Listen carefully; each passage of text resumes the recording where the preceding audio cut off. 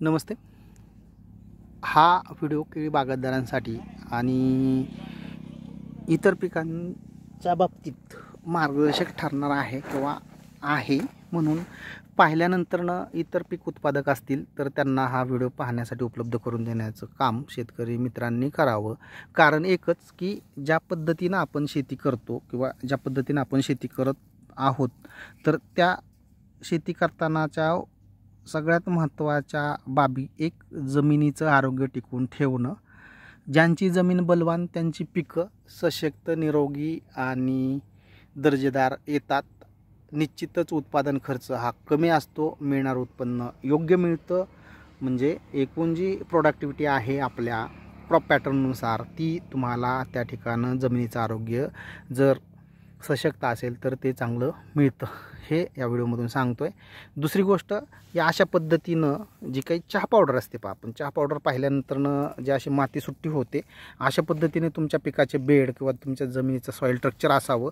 आणि हे जोपर्यंत नाही आहे किंवा हे जोपर्यंत तुमचं सॉईल कंडिशन अशा पद्धतीनं जोपर्यंत बनत नाही आहे, तोपर्यंत तुम्हाला पिकाचं उत्पादन घेताना दैनंदिन पिकाच्या पॅटर्ननुसार खर्च हे वाढत जाणार.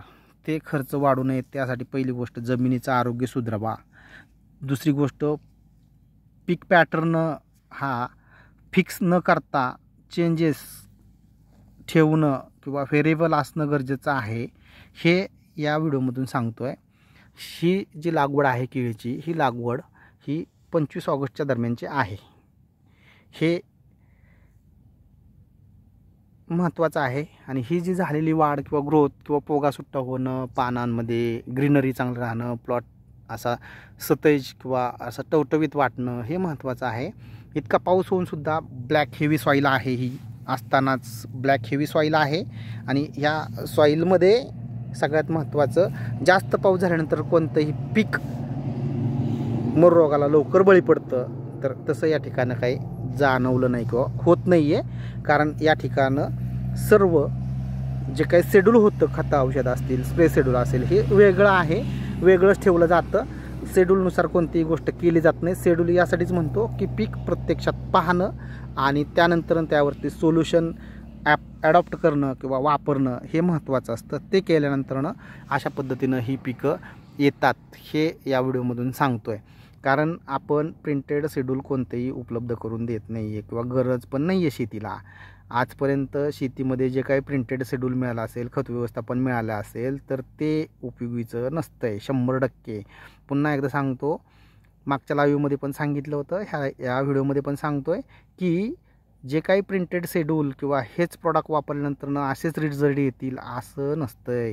त्या ठिकाणं त्याला ऑप्शन असतात, ऑप्शननुसार काम केलं, ऑप्शननुसार जमिनीच्या कंडिशननुसार तुमची जमीन भारी आहे, काळी आहे, हलकी आहे, मुरमाड आहे, खडकाळ आहे, त्यानुसार त्या ठिकाणं अपटेकिंग करणारी फर्टिलायझर यूज करणं. दुसरी गोष्ट सॉईल स्ट्रक्चर, नंतर तुमचा जमिनीचा pH, ह्या सर्व बाबी आहेत. आणि ह्या बाबींवरती जोपर्यंत आपलं काम होत नाही आहे, तोपर्यंत आपल्याला पीक उत्पादन खर्च हे करत राहावं लागतं. आणि करून उपयोग नाही आहे. तर त्यासाठी शेती समजून घेणं आणि शेतीला खरंच काय गरजेचं आहे हे जोपर्यंत लक्षात येत नाही आहे, तोपर्यंत आपल्याला या ठिकाणं अपेक्षित उत्पन्न मिळणार नाही आहे. फक्त शेतीमध्ये खर्च करून चालत नाही आहे.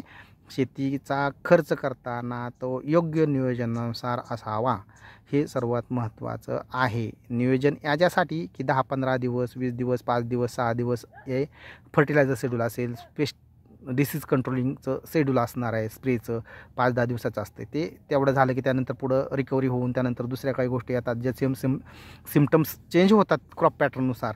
तर त्या पद्धतीने काम जोपर्यंत केलं जाणार नाही आहे, तोपर्यंत आपल्याला शेती परवडणार नाही आहे. आणि आत्ता यंदा 2025मध्ये द्राक्ष बागेमध्ये तोट्यात जाण्याची कारणं हे प्रिंटेड शेड्यूल किंवा खत व्यवस्थापन वापरलं, परंतु त्यानं अपेक्षित साथ दिली नाही किंवा प्रिंटेड शेड्यूल हे वेळेला साथ देत नाही आहे. प्रिंटेड शेड्यूलची कन्सेप्ट ही प्रत्यक्षात शेतीमध्ये उपयोगी पडत नाही आहे. कारण एकच की वातावरणातील बदल किंवा ज्याला आपण क्लायमेटिक चेंजेस म्हणतो, त्याचे येणारे साईड इफेक्ट्स, पिकामध्ये येणारे कीड रोग, हे क्लायमेटिक चेंजवर अवलंबून असतात. क्लायमेटिक चेंजेस तुम्हाला AI यामध्ये चांगल्या पद्धतीने मदत करू शकतं. ते कसं की वातावरणातील बदल काय आहेत, वातावरणात टेम्परेचर काय आहे, सॉईलची ह्युमिडिटी काय आहे, सॉईलला वॉटर कॅपॅसिटी किती लागणार आहे, पाण्याची गरज किती असते, ह्या सगळ्या गोष्टी तुम्ही AI अंतर्गत शोधू शकता. किंवा जे वेदर स्टेशन असतं तर ते तुम्हाला मदत करू शकतं. हे या ठिकाणं सांगतो आहे. कारण सांगण्याचा उद्देश हा की या ठिकाणं कसलंही कन्सेप्ट नाही आहे की जी शेतीला खरंच गरजेचं आहे त्याच्यावरती फक्त फोकस असतो आणि त्याच संदर्भात या ठिकाणी आपण बोललेलो आहोत किंवा बोलतो आहे. तर AI वापरणं शेतीसाठी फायदेशीर ठरतं आहे. त्या ठिकाणी आपल्याला सॉईल कंडिशनला पाणी देण्याची पद्धत, नंतर न्यूट्रिशनच्या काही बाकीच्या गोष्टी आहेत, कीड रोग व्यवस्थापन, टेम्परेचर चेंजेस झाल्यानंतर काय होतात, नंतर ह्युमिडिटी कमी झाल्यानंतर काय होतं, ह्युमिडिटी वाढल्यानंतर काय होतं आहे, पाऊस झाल्यानंतर काय होतं आहे, ह्या ज्या काही बारीक सारीक गोष्टी आहेत किंवा ज्या मायक्रो ॲनालिसिस ज्याला म्हणतो आपण क्रॉप पॅटर्ननुसार, तर ते वेगवेगळ्या पिकांच्या हंगामानुसार हे होणं गरजेचं आहे. तरच आपल्याला शेती करताना आपण या ठिकाणं फायदेशीर शेती करू शकतो. तुमचं केळी उत्पादक शेतकरी असू द्या, डाळिंब उत्पादक असू द्या, पेरू उत्पादक असू द्या, ऊस उत्पादक असू द्या, कोणताही पीक उत्पादक शेतकरी असेल तर त्यांना त्यांच्या सॉईल स्ट्रक्चरवरती काम करणं पहिलं. दुसरी गोष्ट,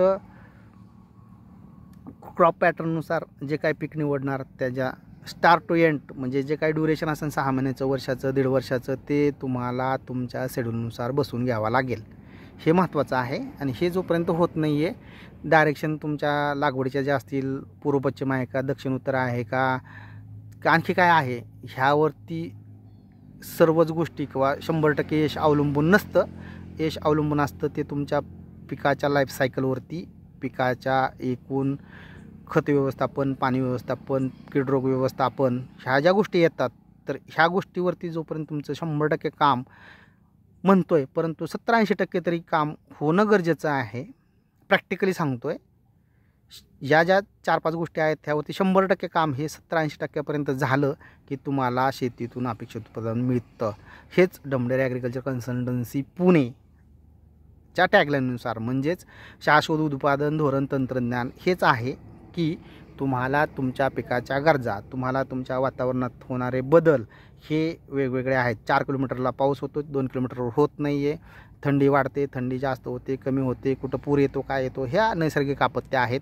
ह्यासुद्धा शेती करताना विचारात घेऊन पिकाचं सिलेक्शन, बाकीच्या सगळ्या गोष्टी करणं गरजेचं आहे.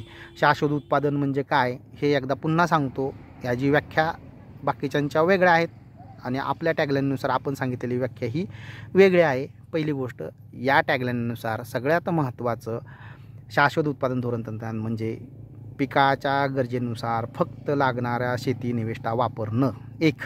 दुसरं, अतिरिक्त कोणत्याही रासायनिक, जैविक, सेंद्रिय जे काही ऑर्गॅनिक आहे ह्यांचा अतिरिक्त वापर करणं टाळणं.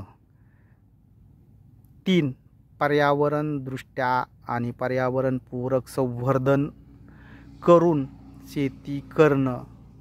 आणि याहीपेक्षा सगळ्यात महत्त्वाचं शाश्वत उत्पादन धोरण तंत्रज्ञानामध्ये येते ती बाब म्हणजे मानवी आरोग्य सशक्त, सुदृढ, निरोगी राहील अशा पद्धतीनं शेतीतून पिकांचं उत्पादन घेणं, याला तर मुळात शाश्वत उत्पादन धोरण तंत्रज्ञान म्हणतात. म्हणून आपल्या कन्सल्टन्सीची टॅगलाईन आहे शाश्वत उत्पादन धोरण तंत्रज्ञान आणि कन्सल्टन्सी आहे डमडेरे ॲग्रिकल्चर कन्सल्टन्सी सर्व्हिसेस पुणे. आणि यूट्यूब चॅनल आहे डमडेरे ॲग्रो सोल्युशन.1. या सोशल मीडियामधून या गोष्टी शेतीसंबंधित ज्या गरजेच्या आहेत, ज्या काही करायच्या असतात, जे काही नियोजन असतं, जे काही प्री प्लॅनिंग असतं, तर ते कसं करावं, काय करावं या संदर्भात आपण वेगवेगळे मार्गदर्शन करतो. आणि ह्या केळी संदर्भात असेल, डाळिंब असेल, तुमचं द्राक्ष असेल, तर या अशा वेगवेगळ्या फळपिका असतील हे तोट्यात जातात. कारण एकच की आपलं नियोजन कुठंतरी चुकतं आहे किंवा कुठंतरी आपल्याला त्यामध्ये बदल करण्याची गरज आहे. आणि बदल केले तरच निश्चित आपल्याला या ठिकाणं शेतीतून चांगलं उत्पन्न मिळू शकतं. कमी खर्च म्हणता येत नाही आहे, फक्त अपेक्षित खर्च, अपेक्षित निविष्ठा, अपेक्षित पिकाच्या गरजा, शेतीचं आरोग्य ह्या सर्व बाबी एकत्रित पीक उत्पन्नावर परिणाम करतात आणि त्या जर तुमच्या व्यवस्थित जुळून आल्या तर तुम्हाला शेती भरघोस आणि चांगलं उत्पन्न देण्यास सक्षम आहे. या ठिकाणं हेच या व्हिडिओमधून सांगतोय. व्हिडिओ मोठा होता परंतु शेवटपर्यंत पाहिला असेल त्यांनाच शेती आणि पिकाची लाईफ सायकल आणि पीक पॅटर्न ज्याला म्हणतो आपण किंवा क्रॉप पॅटर्न ज्याला म्हणतो आपण तो लक्षात आला असेल किंवा येत असेल आणि नसेल समजला तर निश्चित संपर्क साधू शकता. मार्गदर्शन केलं जाईल. धन्यवाद शेतकरी मित्रांनो.